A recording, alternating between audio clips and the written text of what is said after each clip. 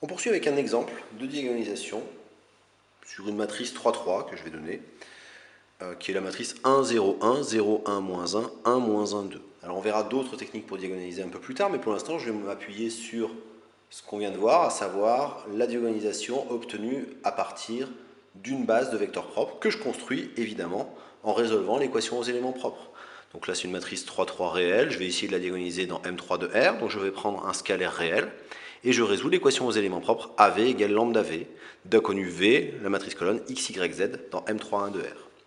Je résous, AV égale lambda V, je passe les termes en V de l'autre côté pour n'avoir vraiment qu'un système avec les inconnus à gauche égale 0. Donc j'obtiens 1 moins lambda 0, 1, 0, 1 moins lambda moins 1 moins 1, 2 moins lambda. Et ensuite je fais du pivot de Gauss pour me ramener un système triangulaire. Je vais éviter d'avoir ce 1 moins lambda comme pivot, parce qu'on n'aime pas avoir un coefficient nul comme pivot, et que là, si lambda égale 1, ça devient particulier. Donc pour éviter ça, je prends le 1 comme pivot en faisant d'abord L1 échangé avec L3. Puis après, je fais apparaître un 0 ici en faisant L3 reçoit L3 moins 1 moins lambda L1. Le coefficient devant L3 est bien non nul, il n'y a pas de problème. Et après calcul, donc les deux premières lignes restent inchangées, 1 moins 1, 2 moins lambda, et 0, 1 moins lambda moins 1. La troisième ligne, il y a un 0, c'est fait pour. Ici, j'ai 0 moins 1 moins lambda fois moins 1, donc 1 moins lambda. Et ici, j'ai 1 moins 1 moins lambda fois 2 moins lambda, ce qui fait moins lambda carré plus 3 lambda moins 1. Là encore, j'aimerais faire apparaître un 0 grâce à ce coefficient-là. Alors ce coefficient-là, j'y prends garde parce qu'il dépend de lambda, mais l'opération que j'ai à faire, c'est L3 reçoit L3 moins L2 qui me fait apparaître un 0 ici. Donc il n'y a pas de problème, c'est une opération licite, c'est L3 reçoit un coefficient non nul plus un multiple qui a bien un sens de L2, il n'y a pas de problème. Je fais apparaître un 0 ici, et quand je fais ça, j'obtiens moins lambda carré plus 3 lambda moins 1 moins moins 1, donc plus 1 moins lambda carré plus 3. J'obtiens un système triangulaire pour lequel je m'interroge sur la nullité des coefficients diagonaux. Donc il faut que je factorise ce moins lambda carré plus 3 lambda qui se factorise, alors n'allez pas chercher un discriminant pour ça, sous la forme lambda fois 3 moins lambda.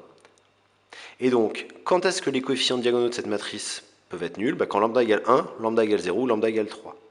Si lambda n'est aucune de ces trois valeurs-là, alors en cascade, le système il me donne V égale 0.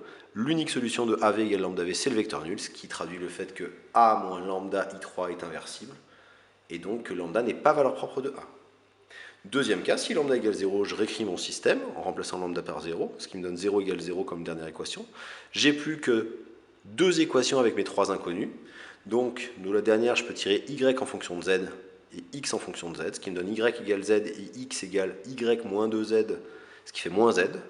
Donc le vecteur v, il est de la forme le x qui vaut moins z, le y qui vaut z et le z qui vaut z, ce qui fait z fois moins 1, 1, 1.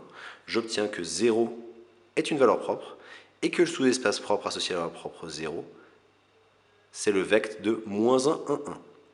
Donc j'ai déjà trouvé un vecteur propre qui est le vecteur moins 1, 1, 1. Je poursuis avec les autres valeurs propres, le 3 et le 1. Donc si on a lambda égale 3, mon système donne pareil, un système triangulaire avec seulement deux équations pour les trois inconnus, d'où je peux tirer, alors pour éviter d'avoir des fractions, je tire z égale moins 2y, et quand je réinjecte, j'obtiens x égale moins y, et on obtient que le sous-espace propre associé à la valeur propre 3, c'est le vecteur de moins 1, 1, moins 2. Pour vérifier ça, tiens d'ailleurs, si je voulais vérifier que moins 1, 1, moins 2 était bien un vecteur propre associé à la valeur propre 3, il suffirait de prendre ma matrice initiale, de la multiplier par mon vecteur propre présumé, c'est-à-dire le vecteur qui était moins 1, 1, 2, donc on multiplie ça par moins 1, 1, 2, et on vérifie qu'on trouve bien 3 fois moins 1, 1, 2, et ça vérifie notre calcul.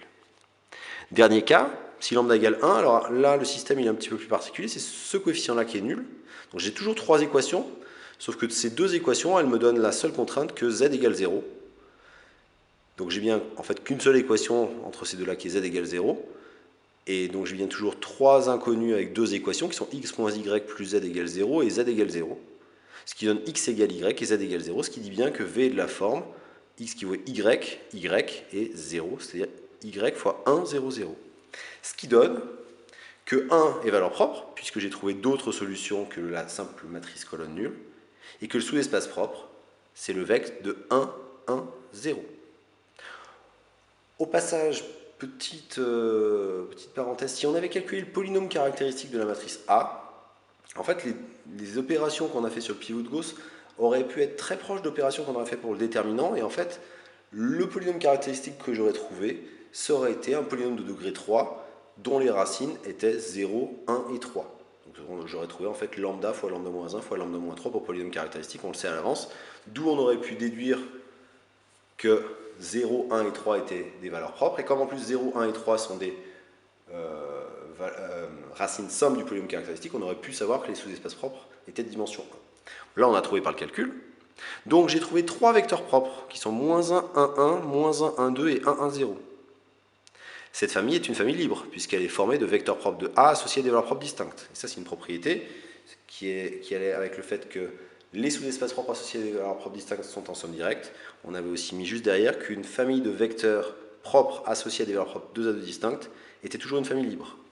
Donc j'ai une famille libre formée de 3 vecteurs dans M31 R, c'est donc une base de M31 R, et c'est une base formée de vecteurs propres de A, donc A est diagonalisable. Mais en plus, avec ce qu'on a vu juste avant, cette base de vecteurs propres de A, si je les mets, côte à côte, si je les regroupe dans une matrice 3, qui est la matrice P, avec sur la première colonne moins 1, 1, 1, moins 1, 1, moins 2 et 1, 1, 0, et bien le fait que ce soit des vecteurs propres associés respectivement aux valeurs propres 0, 3 et 1 nous donne la relation A égale P, D, P moins 1, où P c'est cette matrice-là qui est inversible, puisque là j'ai une matrice de passage entre la base canonique de M31 R et cette base qui est une base de M31 R. Et puis D, la matrice diagonale, où sur la diagonale, je fais apparaître le 0 parce que la première colonne, j'ai mis un vecteur propre associé à leur propre 0. Le 3 parce que sur la deuxième colonne, j'ai mis un vecteur propre associé à leur propre 3. Et le 1 parce que sur la troisième colonne, j'ai mis un vecteur propre associé à leur propre 1. Et donc, si vous savez rechercher les éléments propres comme ça en résolvant l'équation AV égale lambda V de façon structurée, si jamais vous trouvez suffisamment de vecteurs propres pour former une base de vecteurs propres, eh bien vous savez diagonaliser n'importe quelle matrice carrée sous réserve qu'elle soit diagonalisable.